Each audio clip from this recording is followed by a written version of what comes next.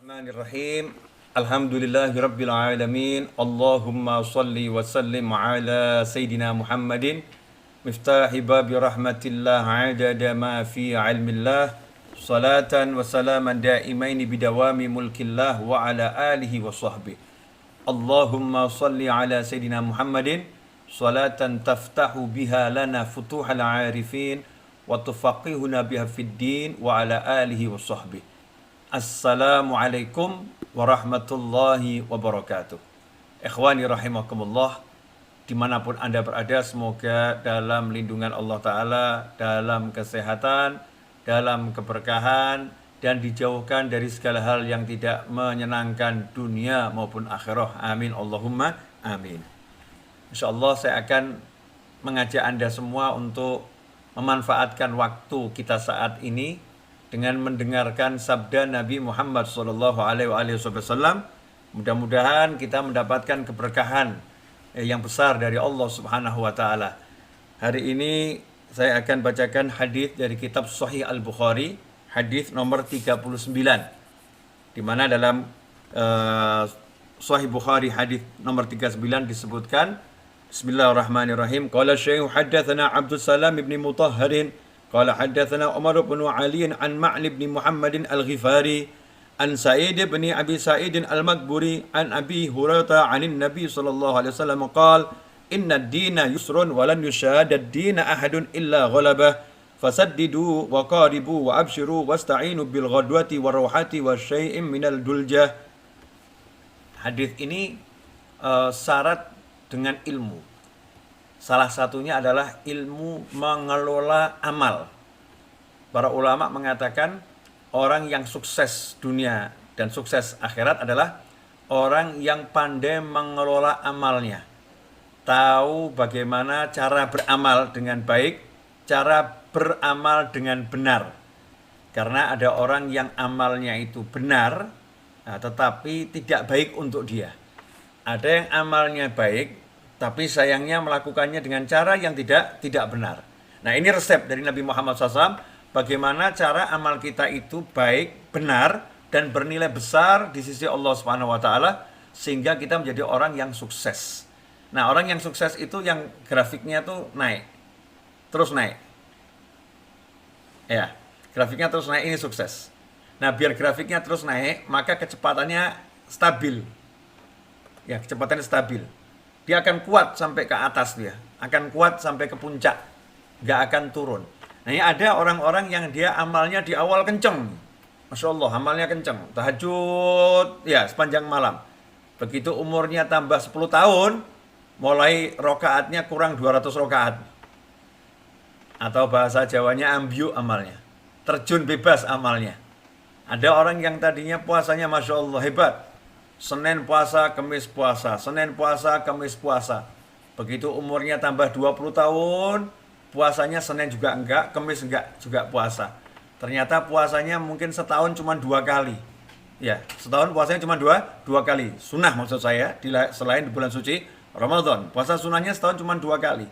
Ada pula orang yang tadinya sedekahnya Masya Allah. Dia sedekahnya luar biasa. Habis-habisan hartanya. Ya, habis-habisan hartanya. Tapi begitu nggak punya uang, dia menjadi orang yang keluh kesahnya luar biasa. Orang yang ngomel-ngomel, ya, orang yang protes. Kenapa begini, kenapa begitu, dan lain sebagainya. Nah, Islam adalah agama yang mengajarkan umatnya untuk melakukan amal dengan baik dan benar. Sehingga amal yang dilakukan bisa berkesinambungan, berkelanjutan. Amal yang dilakukan tidak membuat manusianya, orangnya menyesal ya di kemudian hari. Bisa terus ridho, bisa terus senang, bisa terus bahagia. Gimana caranya? Hadis ini. Coba kita perhatikan bersama-sama sabda Nabi Muhammad SAW. Inna dina yusrun. Sesungguhnya agama itu mudah. Agama Islam itu agama yang mudah. Ini yang harus kita sampaikan pada diri kita, kepada masyarakat, kepada semuanya. Islam itu mudah. Mudah, tapi jangan dibuat mainan, ya. Aturannya mudah, tapi jangan kamu permainkan aturan agamamu. Mudah dalam arti dibandingkan dengan aturan-aturan syariat sebelumnya. Dalam syariat Islam, syariat Nabi Muhammad SAW, Orang yang terkena najis cukup yang najisnya itu dihilangkan, ya disucikan, selesai. Tapi kalau syariat yang terdahulu, kalau ada pakaian yang kena najis, maka bagian yang kena najis harus dipotong, dibuang. Sehingga itu memberatkan. Dalam syariat Nabi yang terdahulu, itu kalau ada orang yang mau tobat, di antaranya ada yang harus dengan membunuh dirinya. Baru tobatnya diterima oleh Allah Subhanahu wa Ta'ala. Tapi kalau di syariat Nabi Muhammad SAW, tobat, menyesali, meninggalkan kemaksiatan yang dilakukan, berniat tidak mengulangi, dan kalau ada hubungan dengan manusia, minta maaf, minta keridhaan, kerelaan, atau mengembalikan sesuatu yang diambil. Mudah syariat Nabi Muhammad SAW. Inna dina yusrun. Walan yusyadad dina ahadun illa ghalabah. Dan tidaklah seseorang itu bersikap keras dalam beragama, dalam beramal, kecuali dia pasti akan dikalahkan oleh sikapnya itu sendiri. Jadi ada orang yang maunya sepanjang malam bangun untuk ibadah, maka nanti dia akan dikalahkan oleh sikapnya itu sendiri. Tiba-tiba menjelang subuh dia tertidur, subuhnya pun hilang. Atau mungkin setahun, 2 tahun, dia bisa ibadah sepanjang malam. Tahun ketiga, Masya Allah, bahkan bukan sepanjang malam, setengah malam pun tidak, seperempat malam pun tidak. Akhirnya dia cuma bangun untuk sholat subuh. Bangun untuk sholat subuh saja. Sunnahnya sepanjang malam hilang. Ada orang yang di awal itu dia puasanya Masya Allah. Puasanya dia habis-habisan. Setiap hari dia puasa. Dia kejar puasa luar biasa. Tapi 8 tahun kemudian, 10 tahun kemudian, seperti yang sudah saya sebutkan, kualitas puasanya pun menurun, kuantitas puasanya pun menurun. Kenapa? Karena manusia punya sifat jemu. Manusia punya sifat bosan. Karena itu diatur oleh Allah Subhanahu wa Ta'ala lewat Nabi Muhammad SAW. Jangan bersikap keras memaksakan diri dalam beragama, dalam beramal soleh. Betul kita harus paksa diri kita untuk amal soleh. Harus paksa diri kita untuk sholat tahajud. Harus paksa diri kita untuk puasa. Harus paksa diri kita untuk sedekah. Harus paksa diri kita untuk amal soleh. Tapi jangan melampaui batas kemampuan kita. Jangan memaksakan diri, karena agama tidak suka pada orang yang melebihi batas kemampuannya. Sholatlah di malam hari, mulai dari yang ringan-ringan, 2 rakaat, tambah 2 rakaat, sampai nanti akhir usia, jumlah sholatnya itu semakin banyak, bukan semakin berkurang. Begitu pula dengan puasa, mulailah dengan puasa 3 hari dalam 1 bulan. Kemudian tingkatkan menjadi 4 hari dalam 1 bulan, yaitu dengan puasa hari Senin, dan Senin.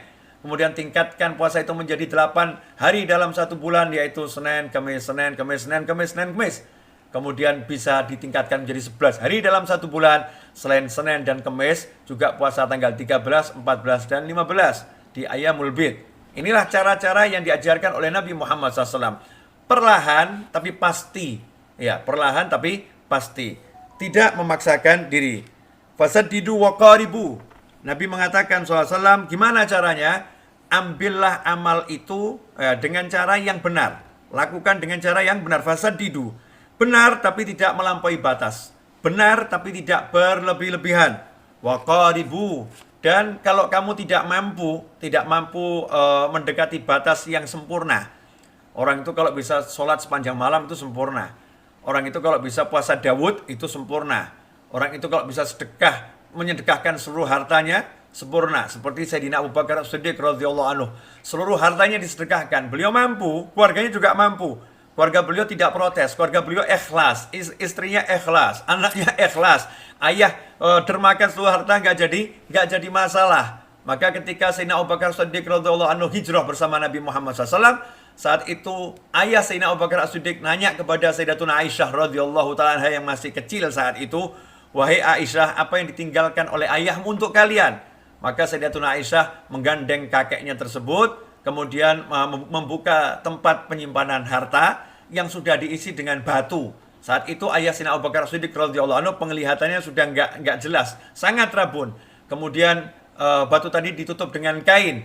Saat itulah Aisyah berkata radhiyallahu anha, "Wahai kakek, coba dipegang ini. Ini loh ayah meninggalkan emas yang begitu banyak untuk kami. Padahal batu." Artinya putrinya ridho, nggak punya apa-apa. Istrinya ridho, nggak punya apa-apa. Kalau memang seperti ini nggak jadi masalah menyedekahkan semua harta. Tapi kalau menyedekahkan harta kemudian anaknya kelaparan, anaknya mengeluh, istrinya kelaparan, istrinya mengeluh, maka ini bukan sesuatu yang mulia.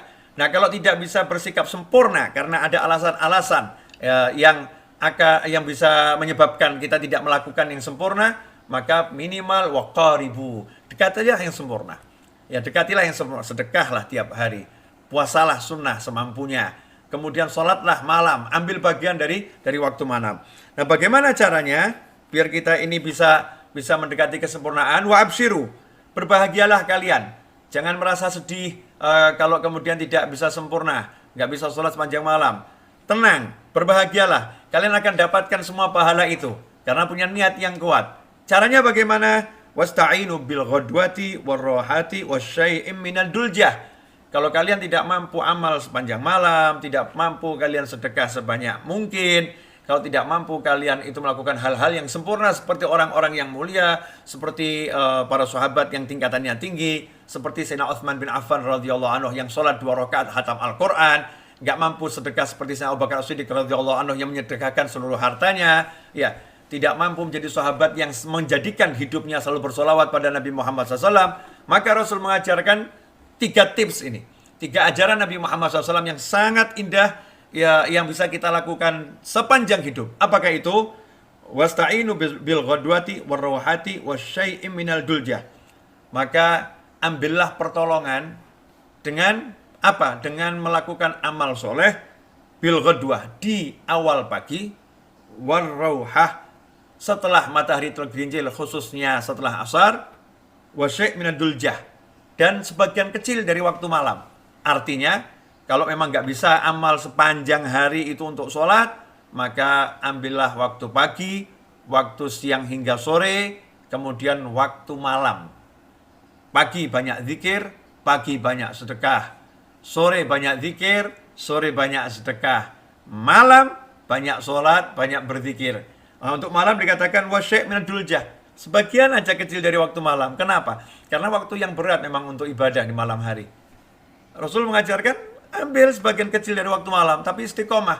Nah, ini kalau kita lakukan pagi istiqomah, sore istiqomah, malam istiqomah, walaupun cuma sebentar, setiap hari seperti itu, ini orang yang pandai mengelola amalnya. Sabda Nabi Muhammad SAW, wa absyiru, bergembiralah, karena akan mencapai derajat yang tinggi di sisi Allah Subhanahu wa Ta'ala. Ikhwani rahimakumullah. Mudah-mudahan yang saya sampaikan ini bisa dipahami dan kita diberikan pemahaman yang benar dan berkah oleh Allah Subhanahu wa Ta'ala, sehingga kita mulai menata kembali amal kita, karena umur akan terus bertambah dan kita akan semakin tua. Ya, kita akan semakin tua, jangan sampai menjadi seorang yang tambah tua, tambah turun ibadahnya. Tetapi kita harus berusaha, semakin tambah umur, semakin continue, semakin istiqomah ibadah kita. Semoga Allah berkati kita semua. Saya minta maaf atas segala kekurangan dan kesalahan. Wa'alafu minkum, wassallallahu ala sayyidina Muhammadin, wa alihi wasallam, walhamdulillahirabbil alamin, wassalamualaikum warahmatullahi wabarakatuh.